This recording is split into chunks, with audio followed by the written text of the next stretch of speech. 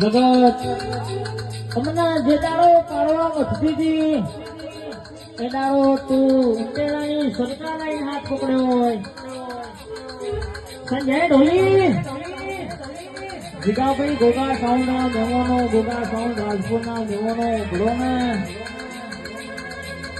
કાવતરો કરવાવાળાએ તો એવો કાવતરો કર્યો છે એક મહિનામાં 4 વખત ગાડીઓને એક્સિડન્ટ હોય